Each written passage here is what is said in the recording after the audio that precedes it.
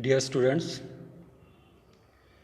today we will see second poem from our textbook, that is Indian Viewers. The poem is written by Sarojini Naidu.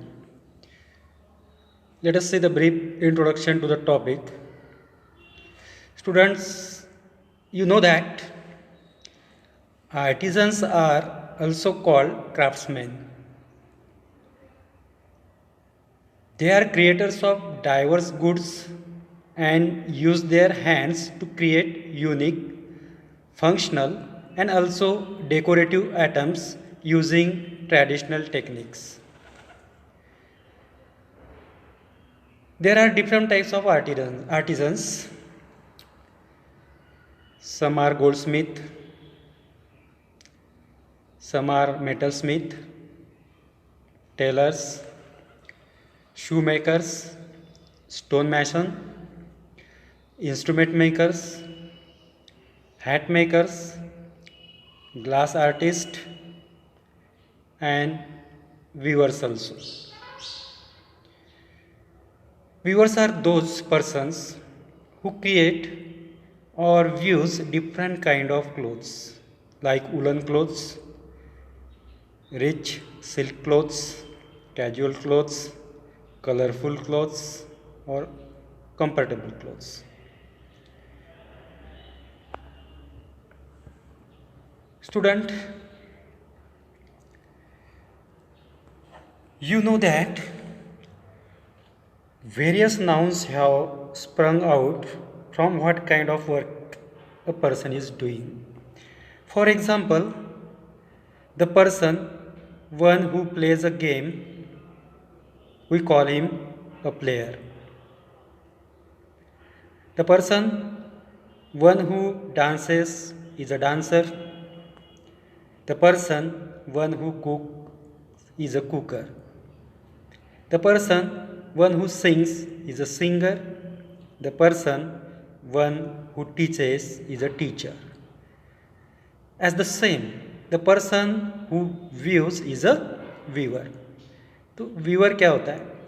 Viewing का काम करने वाला, है ना, जो कपड़े वगैरह बुन के बनाते हैं. व्यू मीन्स बुनना, तो उन्हें व्यूअर कहा जाता है. ठीक. Viewers use various kind of tools for his work. For example, loom, lap loom, standing loom, frame loom, etc. Then tapestry needle, then warp, yarn, thread, stick, and weaving comb, etc.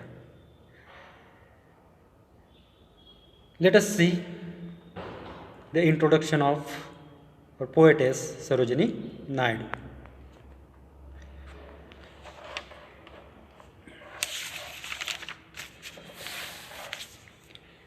Sarojini Naidu was a political activist,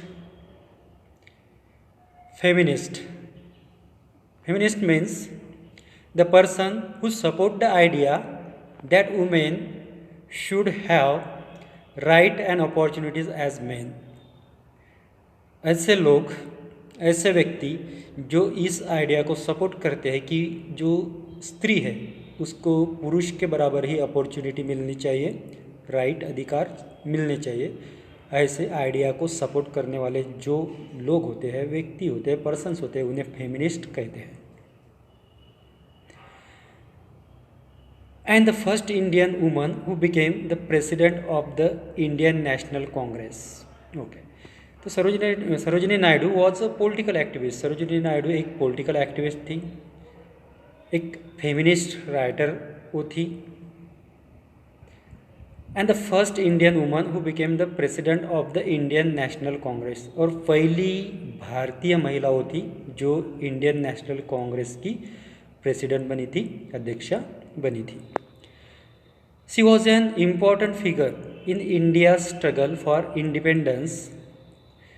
जो भी भारत का स्वतंत्रता के लिए जो struggle था, जो संग्राम था, इस संग्राम में वो एक अहम भूमिका निभाने वाली व्यक्ति थी. Sarojini Naidu's work as a poet earn her the sobriquet. Sobriquet means nickname, sobriquet nickname. Earns her sobriquet of nightingale of India. कि सरोजिनी नायडू में जो भी पोइटिकल वर्क किया है उस पोइटिकल वर्क के वजह से उन्हें नाइटिंगेल ऑफ इंडिया का एक निकनेम, इस नाम से भी उन्हें जाना जाता है। Later she became the governor of the United Provinces in 1947, becoming the first woman to hold the office of the governor in independent India। तो बाद में उनको 1947 में जो यूनाइटेड प्रोविंसेस है, केंद्र शासित प्रदेश जिन्हें हम कहते हैं, तो उनका गवर्नर का जो पद है वो पद भी उन्हें मिला। वो यूनाइटेड प्रोविंसेस की गवर्नर बन गई 1947 में। तो ये पद धारण करने वाली, ये ऑफिस जो है, ये ऑफिस मतलब पद धारण करने वाली वो पहली स्त्री थी, पहली महिला थी।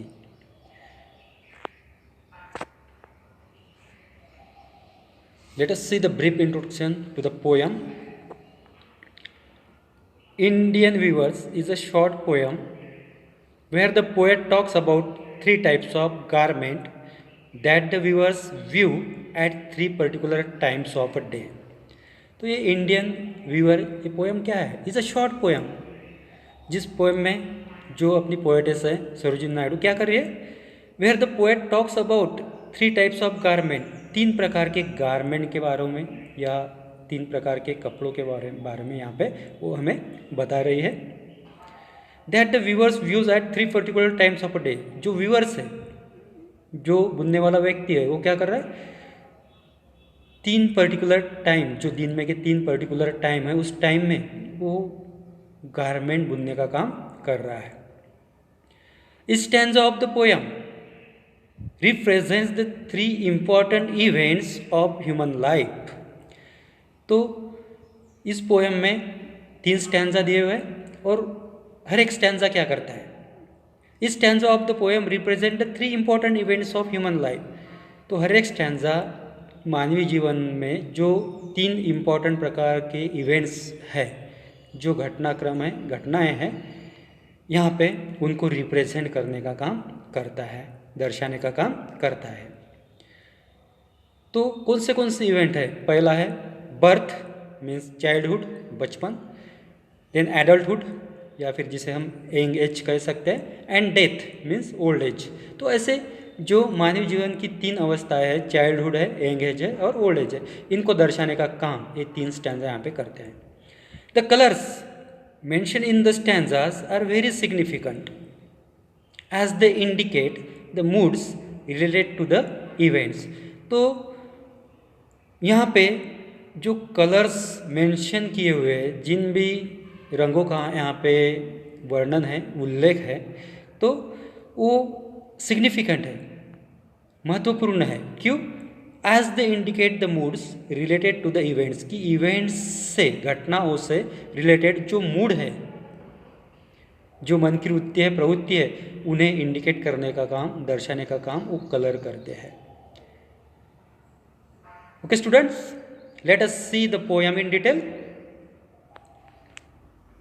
Indian weavers. This is the first stanza of this poem. Weavers weaving at break of day. At break of day means at what time? At the time when light appears in the morning. Which time? When the time at the time when light appears in the morning. जब morning में सूरज उगता है, मतलब सुबह का time. At break of day मतलब सुबह का टाइम, ठीक है। Why do you view a garment so gay? Garment वही वस्त्र, कपड़े, और gay means happily, gay means happily. Blue as the wing of halcyon wild. Halcyon means here kingfisher, a bird which has bright colourful plumes और feathers. तो यहाँ पे halcyon का मतलब है एक किंगफिशर जो बर्ड होता है, जिसके जो प्लूम्स होते हैं, जिसे हम पंख कहते हैं, वो कैसे होते हैं? कलरफुल होते हैं, ठीक है। तो वो bird halcyon wild. We view the robes. Robe means here long loose piece of clothing. Robes long loose cloth of piece of clothing. Okay, robes of a newborn child, navjat shishu. Okay, let us see the meaning of this stanza.